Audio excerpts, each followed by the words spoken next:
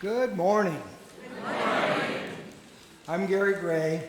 My pronouns are he and him. And along with Reverend Krista, welcome to Eliot Chapel.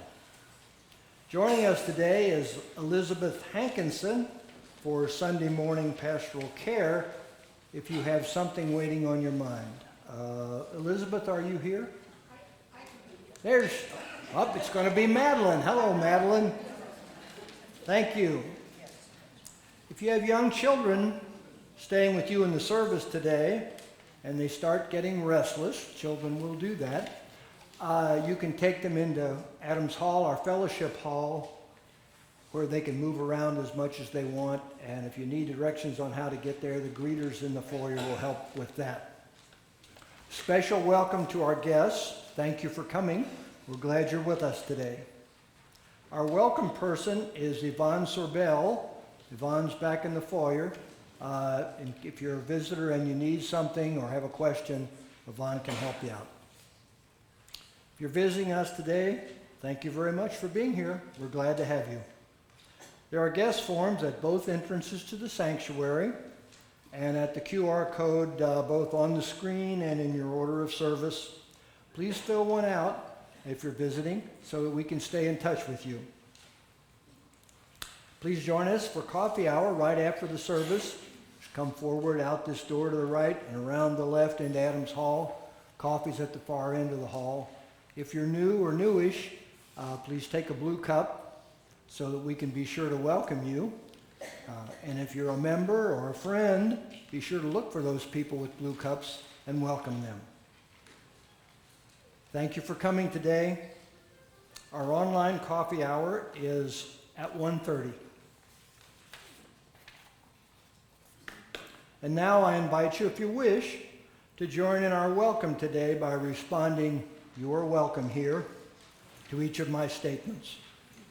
If you are black, brown, white, indigenous, Asian American, Pacific Islander, no matter what your origins, you are welcome here. If you're an immigrant, a refugee, a person without documentation, you are welcome here. If you believe in God all the time, some of the time, or none of the time, you are welcome here. If you have a disability, visible or invisible, or are neurodiverse, you are welcome here. If you've been here 100 times, or if this is your first time today, you are welcome here. If you want for nothing or struggle each day to make it through, you are welcome here. No matter whom you love or what your gender identity, you are welcome here. For this is a community of diversity, of love, and of justice. It's a joy to be together. Let us now enter into a time and spirit of worship.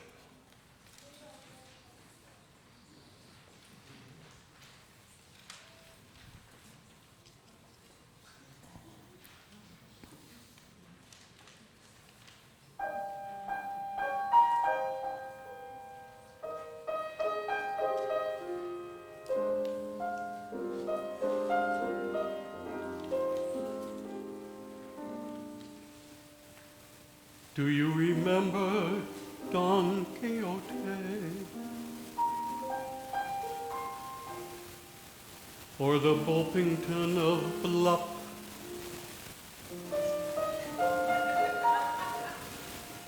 Can't Google it. The things they thought of and compare with. The things my mind makes up. Imagination is funny. It makes a cloudy day sunny. Makes a bee think of honey, just as I think of you. Imagination is crazy. Your whole perspective gets hazy. Starts you asking a daisy what to do, what to to do. Have you ever felt a gentle touch, and then a kiss, and then? I find it's only your imagination again. Oh well, imagination is silly. You go around willy-nilly. For example, I go around wanting you, and yet I can't imagine you want me to. Imagination is funny. It makes a cloudy day sunny, makes a bee think of honey, just as I think of you. Imagination is crazy, your whole perspective gets hazy, starts you asking a daisy what to do, what to do. Have you ever felt a gentle touch, and then a kiss, and then? Find that it's only your imagination again. Oh well, imagination is silly. You go around willy-nilly. For example, I go around wanting you, and yet I can't imagine that you want me to.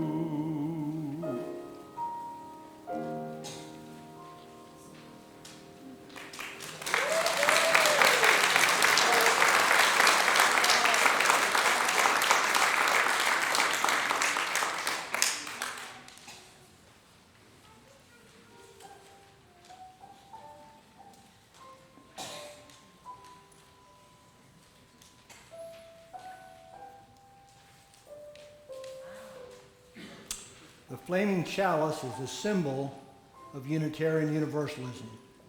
We light a chalice to signify that we're entering sacred space. As we light our chalice, these words are by Jennifer McLaughlin. As the first hint of green begins to peek through the barren ground, as the little sprig grows into a healthy stem, as the stem grows into a stalk and forms a bud, as that bud slowly opens and opens with each new day to form a yellow daffodil, let us be like that first hint of green, renewed by the warmth of the sun's rays and ready to emerge with new energy, ready to face the day.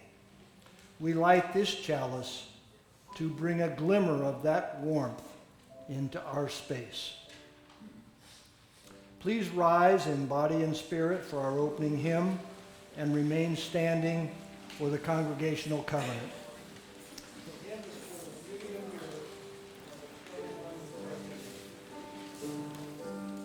In case you couldn't hear that, it's 21 in your gray hymnal.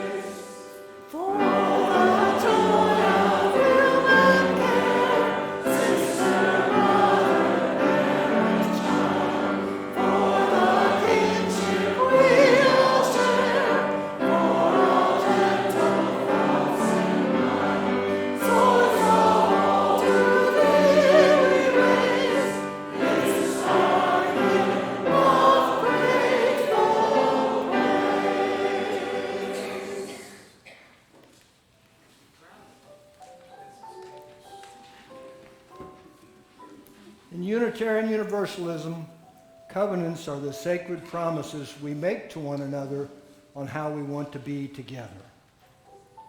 Please join me in speaking our congregational covenant together. As a free congregation, we promise to one another our mutual trust and support.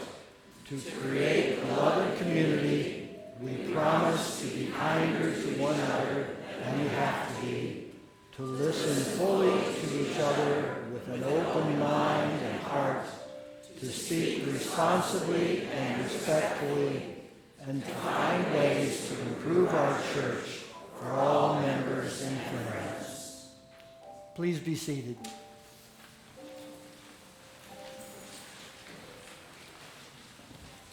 Every week we share our offering with a community organization that reflects our values and services, commitment to service. This month we share our plate with MCCB Transitions.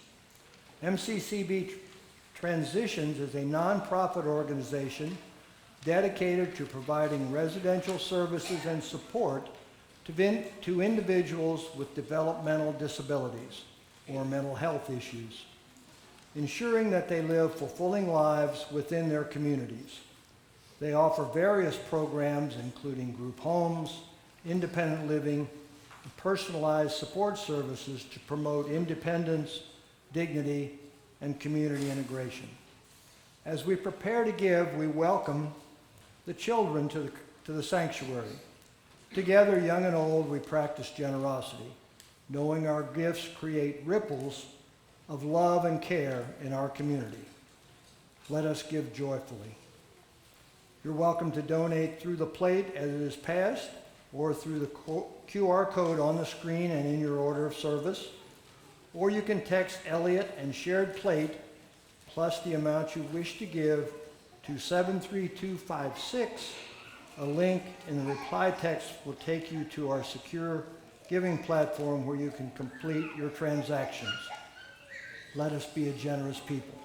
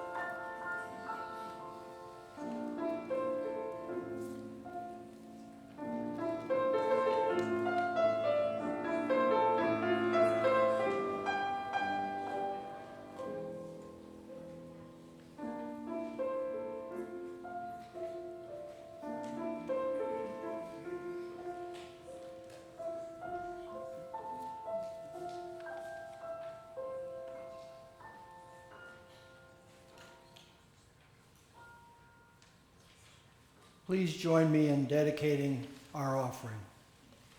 To the work of the church, which is weaving the tapestry of love and action, we dedicate our lives and these our offerings.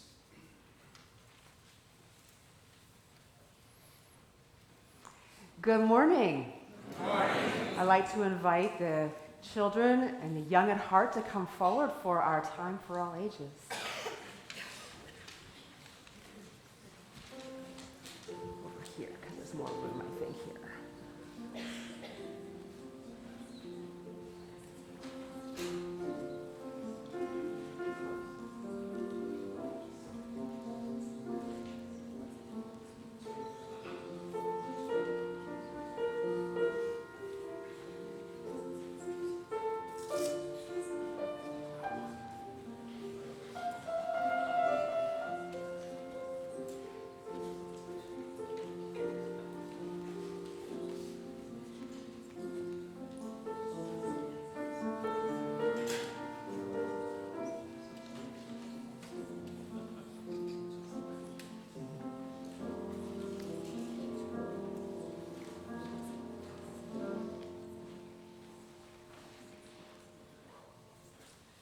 We've been talking about imagination all month, and this Sunday is no different.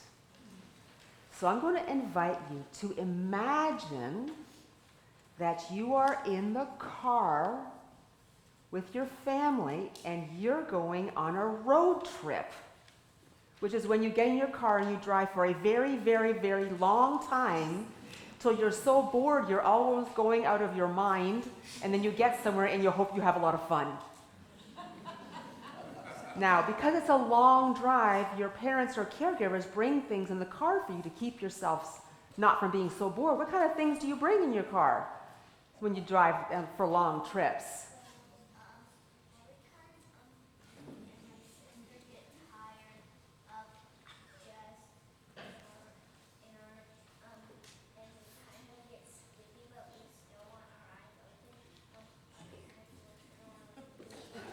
So if you're getting sleepy but you still want your eyes to be open, your parents turn on a movie.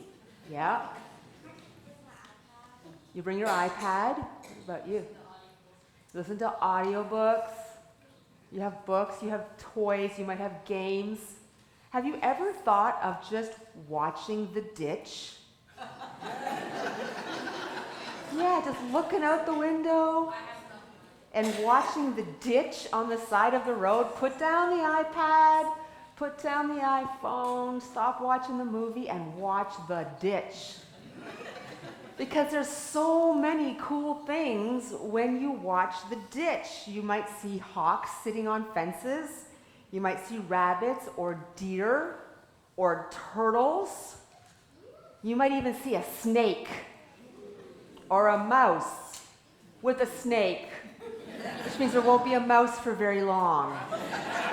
Or raccoons or possums. And then you're going to see all kinds of plants in the ditches. You're going to see trees and grass and flowers.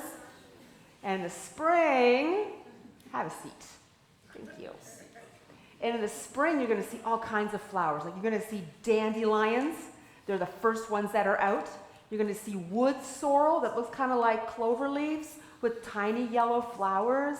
You're going to see clover, red clover or white clover. And as summer comes, there's more and more flowers, and they get taller and taller. You're going to see thistle flowers, which can be all kinds of colors.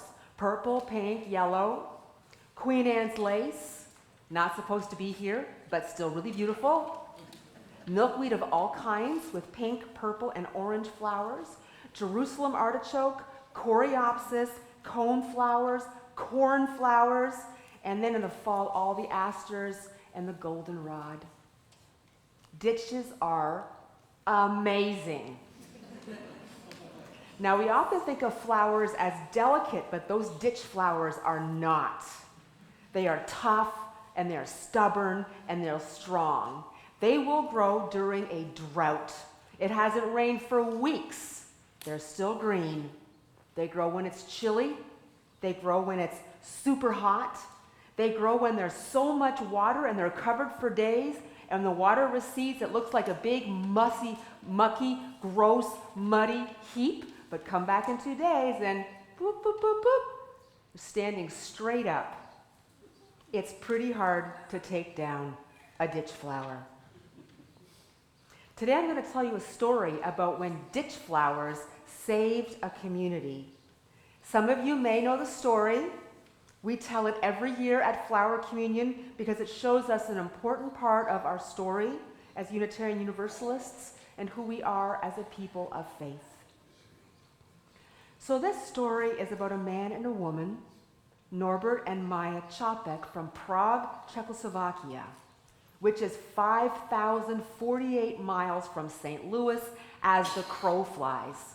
Do you know what that means, as the crow flies? It means if you take a straight line across the globe and get to Czechoslovakia, 5,048 miles. So it doesn't count like driving to the airport, taxiing on the runway, and all those things.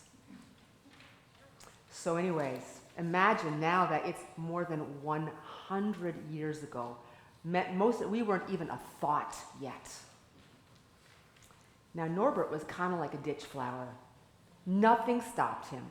He had questions and ideas all the time, and he kept getting in trouble. You see, his land was controlled by an emperor who ruled with an iron fist. Free thinking wasn't allowed. There was no voting. You had to believe the same religion as the emperor. And you were just supposed to obey. How many of us would be good at just obeying? Not a lot of us.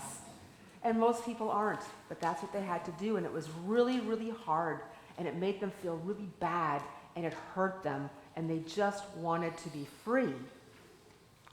But Norbert, Maya, and a lot of other people wanted their country to be free together, free from the emperor, and to be a democracy.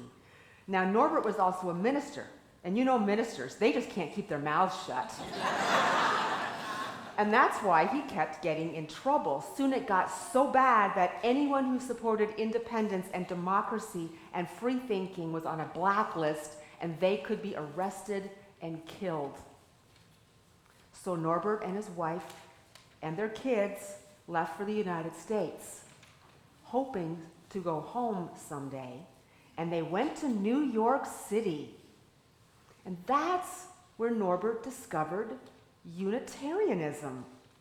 And he and Maya started going to a Unitarian church, and they liked the focus on freedom and knowledge and human rights and justice. So they decided to become Unitarians, and he was ordained a Unitarian Universalist minister. Then World War I happened, and the emperor lost his part of the war, and Czechoslovakia was free. So Norbert and Maya went home. But before they did, they convinced the American Unitarian Association that there had to be a Unitarian church in Prague, because Unitarianism and democracy were like a hand in a glove. And they thought it was the best church for Czechoslovakia, which was just becoming a democracy. So they went back with a lot of money to build a Unitarian church in Prague. Well, they were right. So many people came to the Unitarian church in Prague because they also liked freedom and knowledge and human rights and justice and democracy. And the church grew to 3,000 people. It was the largest Unitarian church in the world. And the church just didn't do Sunday worship. They provided classes and food and helped people find housing and jobs because things were really difficult in their country. But there was a problem. And this may sound like a silly problem, but it wasn't to them. The members of that church had a big disagreement about what a church should be like. How churchy should it be? Should there be prayer? But then who would you pray to? Should there be singing? Many of them were former Roman Catholics, and they didn't think there should be any singing in a church because that was too churchy for them. Should it feel like a house of worship or a lecture hall? These were big questions, and people got really, really angry at each other, so angry that each side was convinced the other side had to lose or their church would die. And Norbert tried everything he could to bring them all back together to the Unitarian value of acceptance of diversity. But it wasn't working, and he was tearing his hair out, wondering, what was I thinking, starting a church? These people are driving me batty. I should just go back to New York. Well, one Sunday, Norbert was dragging his feet to church because he didn't want to be there, and he tried to make himself happy by watching the ditch.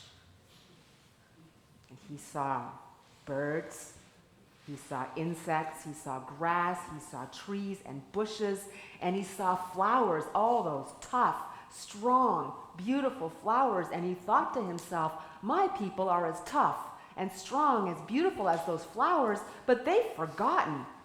Maybe I can help them remember. And he pulled a whole armful of flowers from the ditch, walked to his church, and put the flowers in a big vase and set it at the front. And then he said to his people, and I'm paraphrasing, listen, we have to stop this arguing. It's getting in the way of all the really other important things, way more important things that we should be doing. Everyone here is good.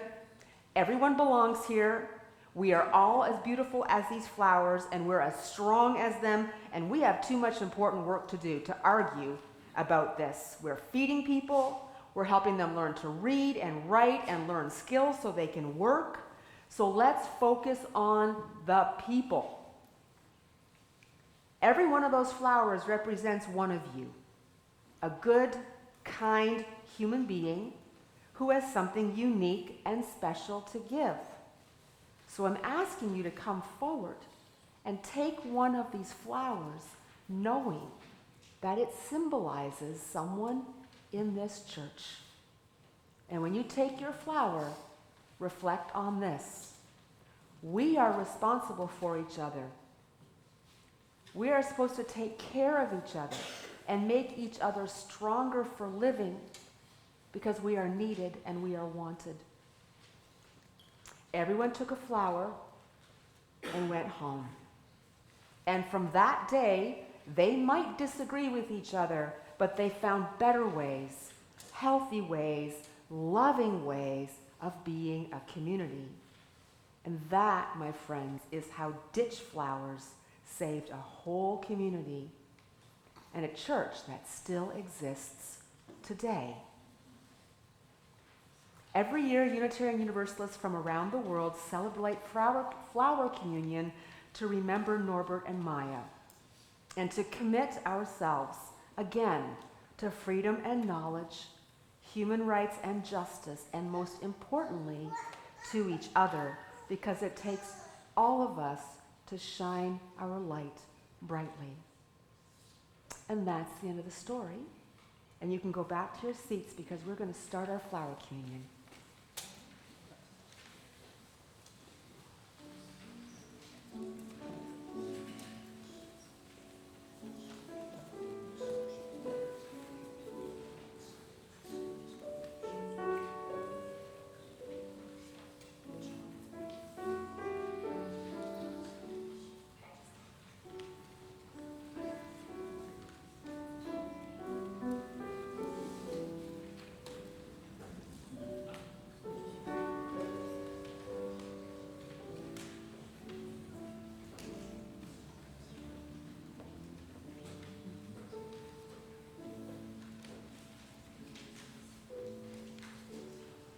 In the original flower communion, Reverend Capek brought the flowers to his congregation.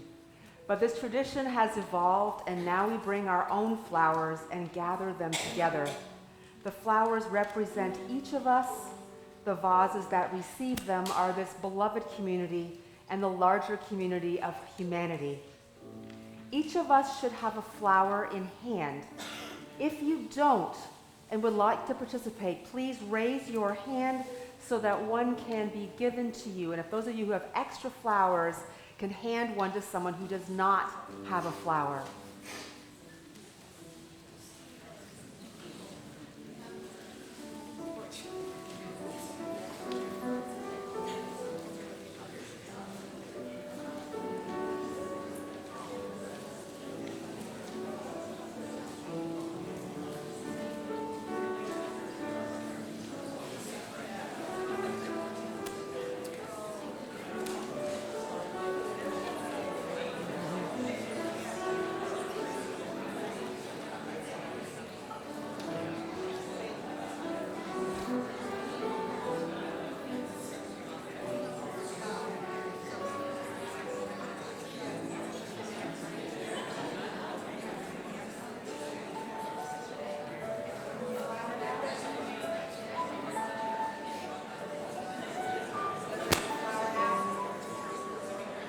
sound, please? Thank you. I think our flower communion's already started. What do you think? So in Unitarian Universalism, our communions are open. You do not need to be a member or believe as we do to participate. Today, you are part of this beloved community. And you are also free to just observe. Let us begin.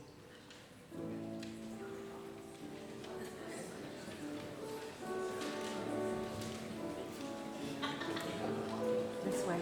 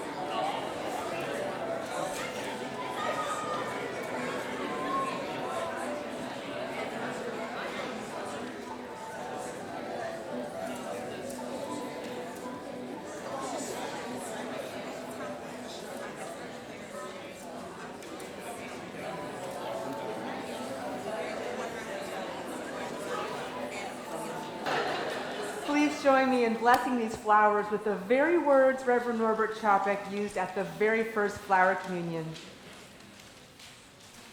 Infinite Spirit of life, we ask thy blessing on these thy messengers of fellowship and love.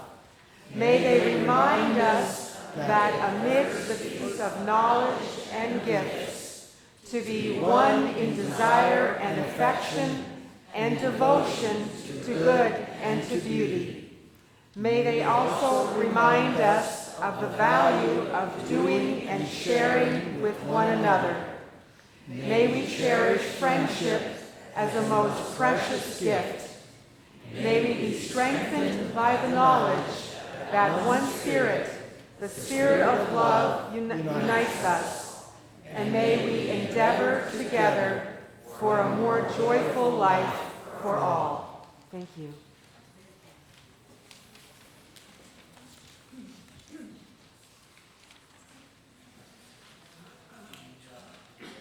Good morning. I'm Matthew Hull, and I'm a member of the Board of Trustees. And this morning, together with Ann Lemon of the Welcome Team, it is my honor and privilege to recognize all the new members who've joined us since May of last year.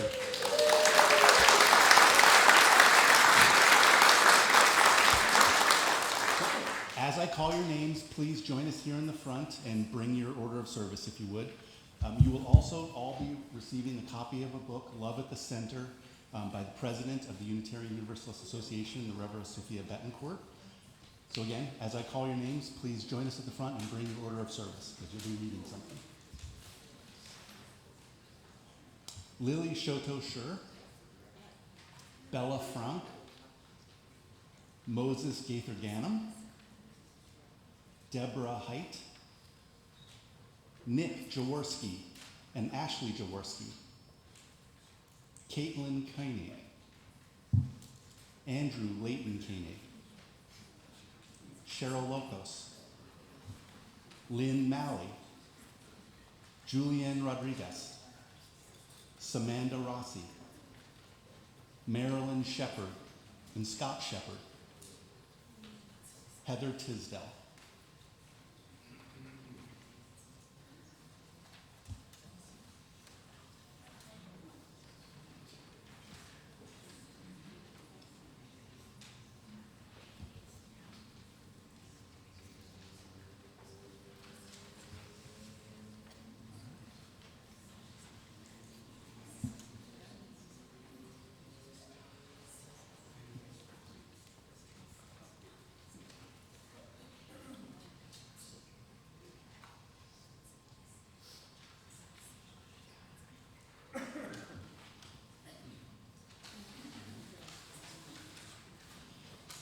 As a Unitarian Universalist community, Eliot Unitarian Chapel gathers to foster free religious thought, nurture spiritual growth, and to act for social justice. It is my pleasure to welcome you to membership in this community. On behalf of this gathered congregation, I ask you now to bear witness to your decision with the words printed in your order of service. I accept membership in this congregation as a privilege as well as a responsibility.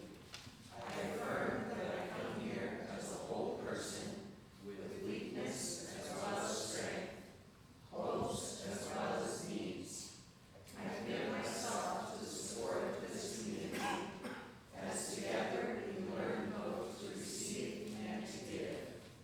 I come here to seek, willing to grow, ready to serve. Would the longer-standing members of our community please join with me in response? We, the members of Eliot Unitarian Chapel, welcome you as companions in our ongoing search for truth. We offer you friendship and support as together we covenant to live by the principles of our community faith. Let's all show our appreciation to our new members.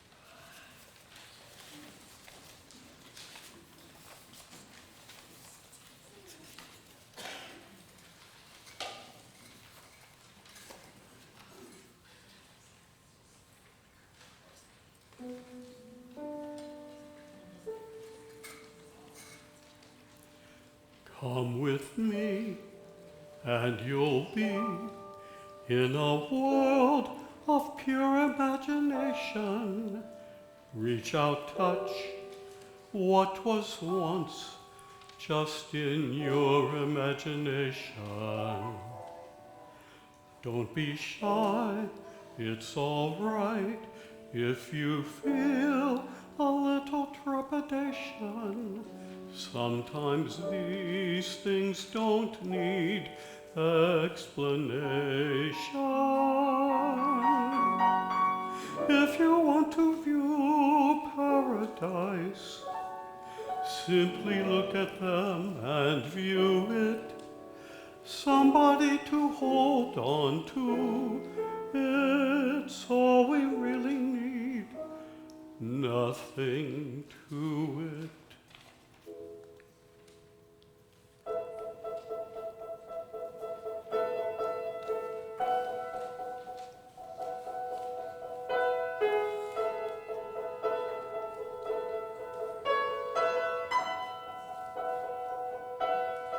Come with me, and you'll be in a world of pure imagination. Take a look, and you'll see into your imagination. We'll begin with a spin, traveling in the world of my creation. What we'll see will defy explanation. If you want to view paradise, simply look around and view it. Anything you want to do it. Wanna change the world, there's nothing to it.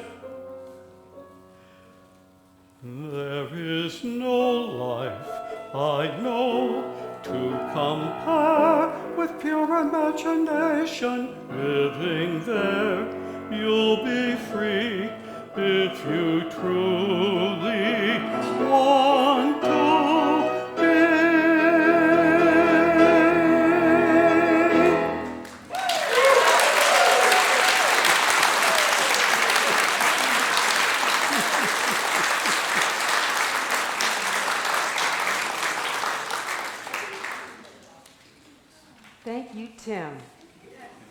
That's some flower power.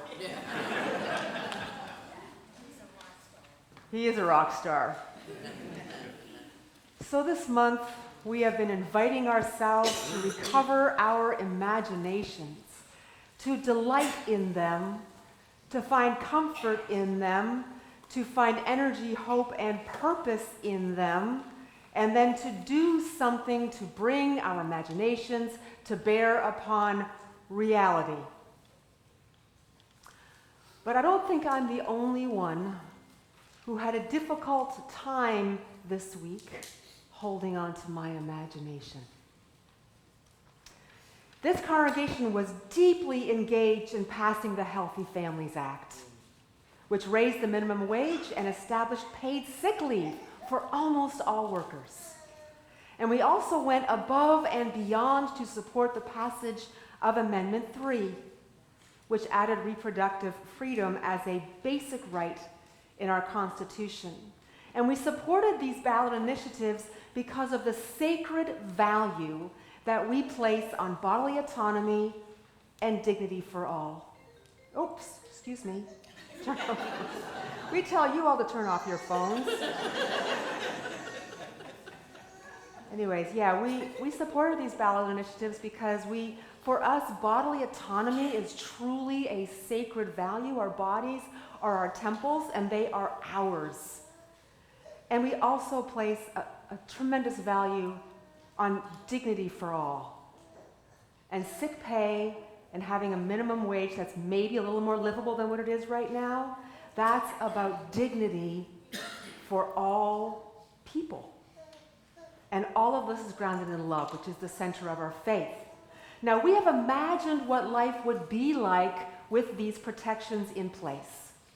People no longer trying to ignore their body's needs, forcing themselves to work, being able to stay home when your kids are sick and still pay for groceries and utilities, being able to live without the government in your bedroom and in the doctor's office.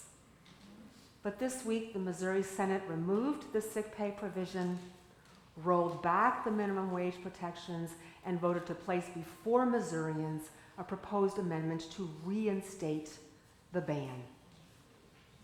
So I have been wondering all week, what, if anything, can our imaginations do for us in the present moment? Maybe it's time for us to imagine being as scrappy and indestructible as ditch flowers. Danielle Pergament from Allure magazine writes this about flowers. Flowers are never just flowers. We use them to offer friendship, to send condolences. Flowers have undone world leaders and stopped wars. Flowers will always come into fashion when political indifference falls out of it. We look to these bursts of joy and color when the world turns dark. And the darker the turn, the more significance our flowers assume. They lift us up when our leaders fail to. They say, I will not fight. I will not meet your ugly with my inalienable beauty. I will meet your hate with dignity and grace. It's a horticultural, when they go low, we go high. And who are the flowers of freedom? We are. No matter how little or big, how old or young, how rich or poor, no matter our abilities or our genders or our educations or the color of our skin, we are ditch flowers that you just can't get rid of. So, if you were a ditch flower, which one would you be? I have ditch flowers here. All right. This is a cup flower. And even if it's really dry, when there's a dew, the dew slides down the leaves to the center, and it can always be water. Maybe you're a cup flower. This is mountain mint. Deer won't touch mountain mint, so maybe a lot of other things won't touch mountain mint either. And this is a form of protection.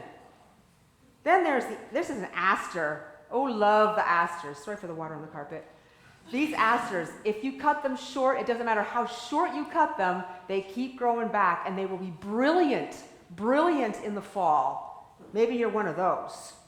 Here is Queen Anne's lace.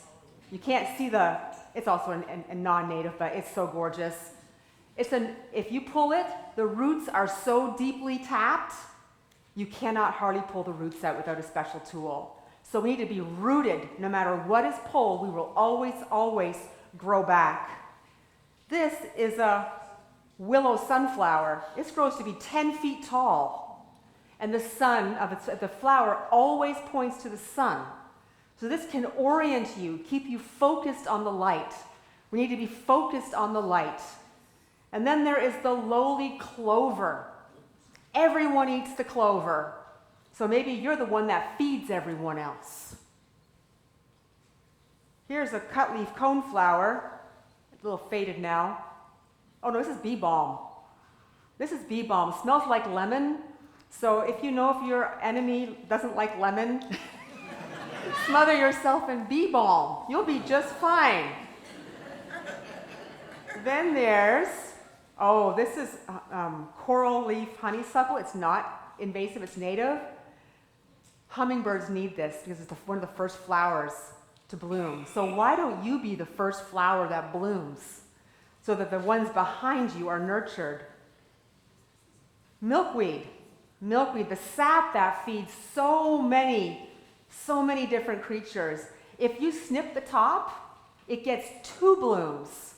So no matter how many you snip it, the blooms just multiply. You can hardly kill this plant. And then there's ragweed. Here's ragweed. Ragweed is for filling the sinuses of those who oppress you.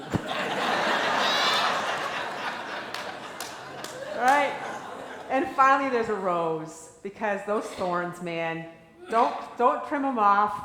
When the flower dries, the thorns get even sharper and inflict more pain. But of course, we know we're talking about peaceful, nonviolent resistance, right? So ditch flowers. Oh, I've got 2 more. You're going to love these.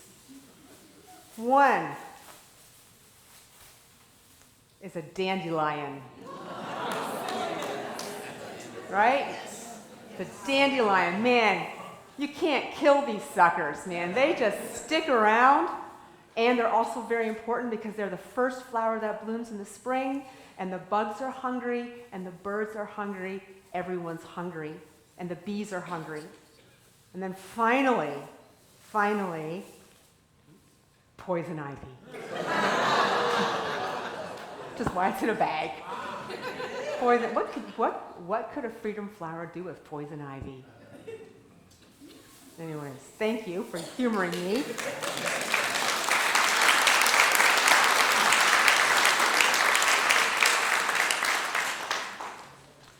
So, the flowers that we have gathered today are our beauty and our strength and our resiliency. They are a celebration of everything we love and believe in. They are as delicate as our spirits and as strong as the pounding of our hearts. So I invite us now to come forward once again, starting down this aisle from the front, moving up, coming around, and then every row flows in after. Then we'll start from the front here, and then we'll start from the front there. So I want to invite you to take a flower different from the one that you brought, because it represents the strength and the power and the resilience of someone else who is here today.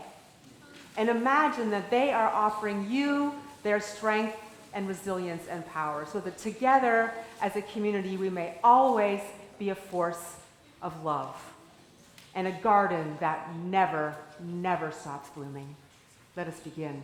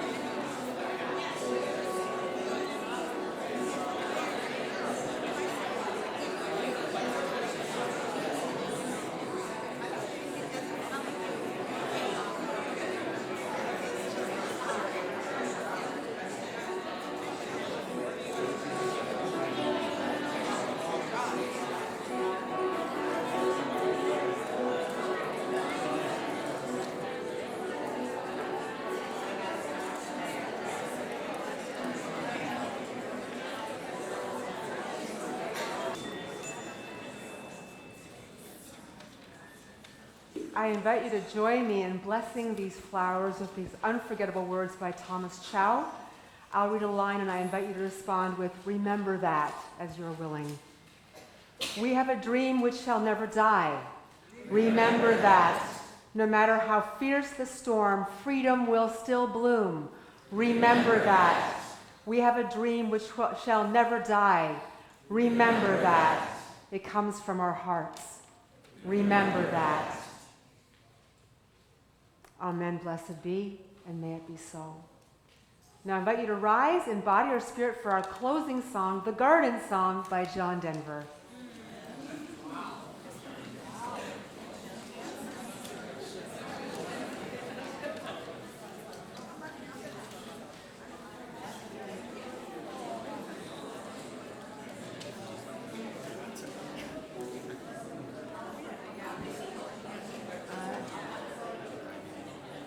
Mike, for the liturgy, for the song leader, please. Can you hear me? Now, there we go. This song is actually not by John Denver, and I feel like we ought to acknowledge that David Millett wrote it. John Denver made it famous.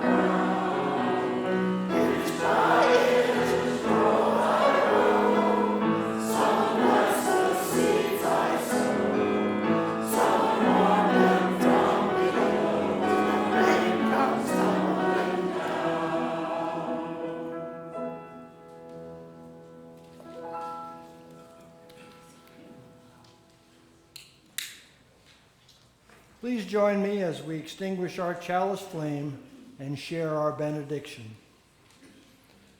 We extinguish this chalice, but not the light of truth, the warmth of community, or the fire of commitment. These we carry in our hearts until we are together again.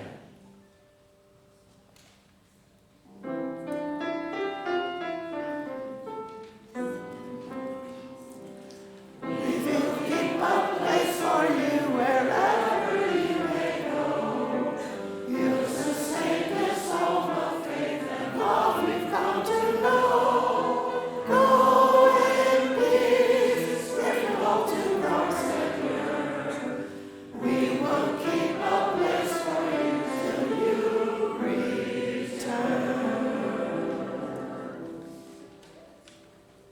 now may the Spirit of life hold you. May love bless you, and may joy find a place in your days. Go in peace.